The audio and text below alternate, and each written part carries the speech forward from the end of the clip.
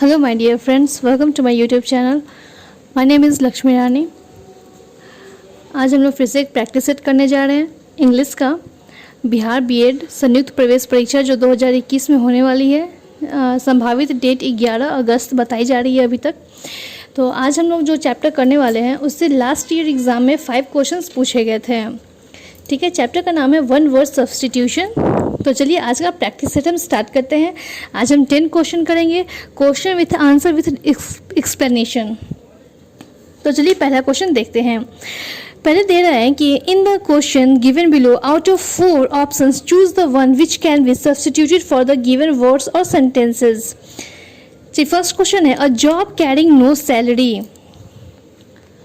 Option दे रहा है ऑनोरेरी, मेमोरेंडम, ऑनोरेरियम या मेमेंटो. इसका हिंदी है कि बिना वेतन वाली नौकरी को हम एक वर्ड में क्या कहेंगे. ऑप्शन है माननीय, स्मृति चिन्ह, मानदेय या ज्ञापन. तो इसका राइट आंसर है माननीय, honorary, a post without any remuneration, परिश्रमिक के पोस्ट के बिना. नेक्स्ट है द वायलेशन और प्रोफेनिंग सैक्रेड थिंग्स. इसका ऑप्शन है स्केप्टिक, सैक्रिलीज, ऑप्चुनिस्ट, पैंथेइज्म.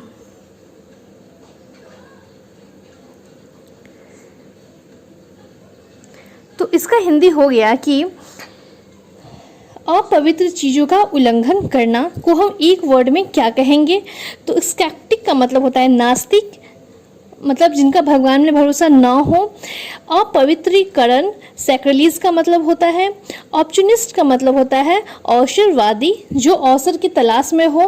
पैंथेइज्म का मतलब होता है देव पूजा. ठीक है, तो इसका राइट आंसर क्या होगा.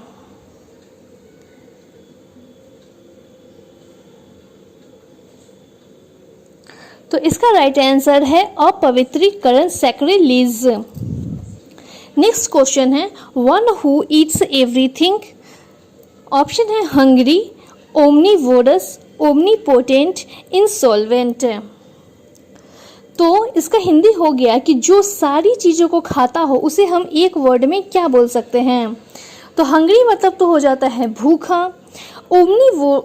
ओमनीवोरस का मतलब होता है सर्वाहारी, जो सारी चीज़ों को खाता हो, मतलब शाकाहारी और मांसाहारी दोनों चीज़ों को खाता हो, उसे हम ओमनीवोरस कहते हैं. ओमनीपोटेंट का मतलब होता है कुछ करने की असीमित शक्ति या सर्व क्षमताशाली को हम ओमनीपोटेंट कहते हैं. सर्वशक्तिमान एक वर्ड में समझ सकते हैं. नेक्स्ट ऑप्शन है इंसॉल्वेंट. इंसॉल्वेंट का मतलब होता है दिवालिया. नेक्स्ट क्वेश्चन है custom of having several husbands at the same time. मतलब इसका होता है कि एक ही समय में कई पति का उपयोग करने का रिवाज को हम एक वर्ड में क्या बोल सकते हैं. ऑप्शन है एडल्ट्री, पॉलीग्लॉट, पॉलीसेक्सुअल या पॉलीएंड्री.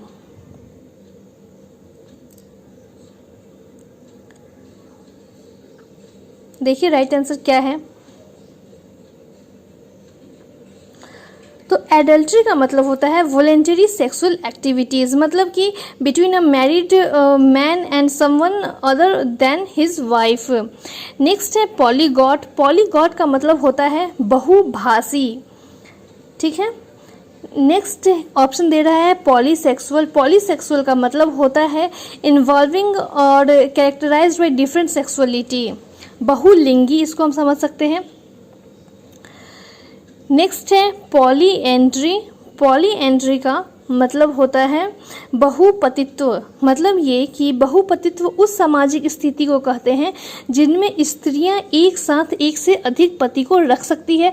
तो क्वेश्चन में हमारा वही कह रहा है कि several husbands at the same time, किस रीति के उस जो रीति है वहाँ हम एक के अलावा भी बहुत सारे हस्बैंड को रख सकते हैं, उसको हम क्या कहते हैं, तो पॉलीएंड्री. नेक्स्ट क्वेश्चन है मर्डर ऑफ अ किंग.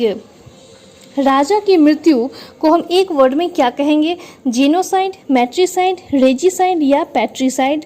तो जेनोसाइड का मतलब होता है नरसंहार। मैट्रिसाइड का मतलब होता है जो माँ की हत्या करे, मर्डर ऑफ ओन मदर, अपनी माँ का हत्या करे। रेजिसाइड का मतलब होता है राजा का हत्या करना, और पैट्रिसाइड का मतलब होता है killing of one's own father, अपने पिता की मृत्यु करना को हम पैट्रिसाइड कहते हैं। तो क्वेश्चन है मर्डर ऑफ अ किंग, तो राइट आंसर हो जाएगा रेजिसाइड। नेक्स्ट क्वेश्चन है writing that can not be read, जिसे जो लिखा हुआ है लेकिन उसे हम पढ़ नहीं सकते हैं, तो उसे हम क्या कहेंगे एक वर्ड में? इम्पैल्पेबल, लेजिबल, इलेजिबल या इनइलिजिबल? तो इम्पैल्पेबल का मतलब होता है अस्पृश्य।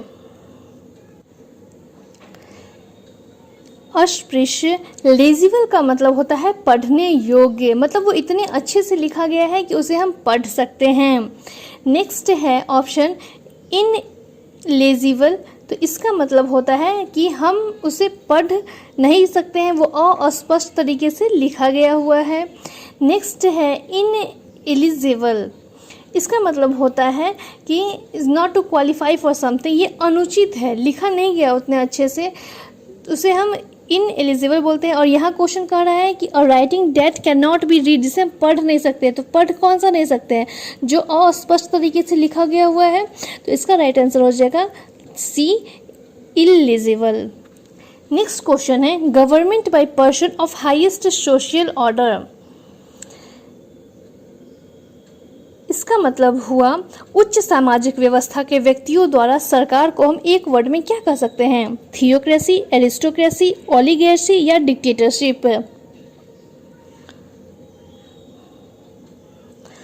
तो ऑप्शन के अनुसार थियोक्रेसी का मतलब होता है धर्मतंत्र, ठीक है। नेक्स्ट है एरिस्टोक्रेसी का मतलब होता है शिष्टजन, ओलिगार्ची का मतलब होता है कुलीन तंत्र, और डिक्टेटरशिप का मतलब होता है तानाशाही, ठीक है। तो इसका मतलब जो अच्छे तरीके से गवर्नमेंट को चला रहे हैं, उच्च सामाजिक व्यवस्था के व्यक्तियों के द्वारा जो सरकार चल रहा है, तो जाहिर सी बात है उसे हम शिष्टजन ही कहेंगे, मतलब एरिस्टोक्रेसी कहेंगे। कुलीन तंत्र हम कह नहीं सकते हैं, धर्म तंत्र हम कह नहीं सकते हैं, और तानाशाही भी नहीं कह सकते हैं, तो जो बच गया वो आंसर है बी। नेक्स्ट क्वेश्चन है an official numbering of the population, जनसंख्या की का जो ऑफिशियल नंबर है उसे हम एक वर्ड में क्या कह सकते हैं? सेंसस, सेंसर, डेमोग्राफी या काउंटिंग? तो सेंसस का मतलब होता है जनगणना, सेंसर का मतलब होता है नियंत्रक, डेमोग्राफी का मतलब होता है जनसांख्यिकी, और काउंटिंग का मतलब होता है गणना या हिसाब। तो जनगणना को एक तरह का वो जनगणना हुआ, पॉपुलेशन को काउंट करना, तो इसका आंसर हो जाएगा सेंसस, जनगणना। नेक्स्ट क्वेश्चन है a person coming to a foreign land to settle, कोई आदमी है जो विदेश से आ रहा है यहाँ पर रहने के लिए, तो उसे हम क्या कहेंगे एक वर्ड में? तो देखते हैं। फर्स्ट ऑप्शन है गेस्ट, सेकंड विजिटर, टूरिस्ट या इमाइग्रेंट। गेस्ट का मतलब होता है अतिथि, विजिटर का मतलब होता है आगंतुक, टूरिस्ट का मतलब होता है पर्यटक, और इमाइग्रेंट का मतलब होता है अप्रवासी, ठीक है। टूरिस्ट जो अपने मन से कहीं घूमने जाते हैं, विजिटर वो हो गया जब आप किसी व्यक्ति से मिलने के लिए कोई व्यक्ति से मिलने के लिए आने वाले व्यक्ति की मुलाकाती हो गया, या पर्यटक, सैलानी, इस टाइप में आ जाएगा। और अतिथि जो आपके यहाँ हमारे घर पे आते हैं, तो जो दूसरे देश से आए हैं यहाँ रहने के लिए, उन्हें हम इमाइग्रेंट कहते हैं, और प्रवासी। और आज का लास्ट क्वेश्चन है a material through which water can not pass, इसका ऑप्शन दे रहा है ओपेक्यू, वाटरप्रूफ, एक्वेटिक या फ्रैगाइल। तो ओपेक्यू इसका मतलब है कि जहाँ से पानी क्रॉस नहीं कर सकता है, उसे हम एक वर्ड में क्या कह सकते हैं? तो वाटरप्रूफ का मतलब होता है जिसे में से हो करके पानी न जा सके उसे हम वाटर प्रूफ कहते हैं। एक्वेटिक का मतलब होता है जो पानी के अंदर रहता है या उसके आसपास रहता है, उसे हम एक्वेटिक कहते हैं। और ओपेक्यू का मतलब होता है अस्पष्टता। एंड लास्ट हमारा ऑप्शन है फ्रैगाइल। फ्रैगाइल का मतलब होता है भंगुर, जो सहज क्षतिग्रस्त होने या टूट जाने वाला हो। और क्वेश्चन हमारा कह रहा है a material through which water can not pass. पानी कहाँ से क्रॉस नहीं कर सकता है, तो वाटर प्रूफ से पानी क्रॉस नहीं कर सकता है। ये रहा आप लोगों का आज का वीडियो जो बीएड एंट्रेंस एग्जाम वालों के लिए बहुत हेल्पफुल है। लास्ट ईयर 5 क्वेश्चन पूछे गए थे, तो इसे बनाइएगा। वर्ड का हिंदी बतलाई हूँ ताकि एक तरह से आपका वर्ड मीनिंग भी कंप्लीट हो जाए। आई थिंक ये वीडियो आप लोगों के लिए हेल्पफुल हो। So keep subscribing, keep watching and keep supporting my channel. Thank you.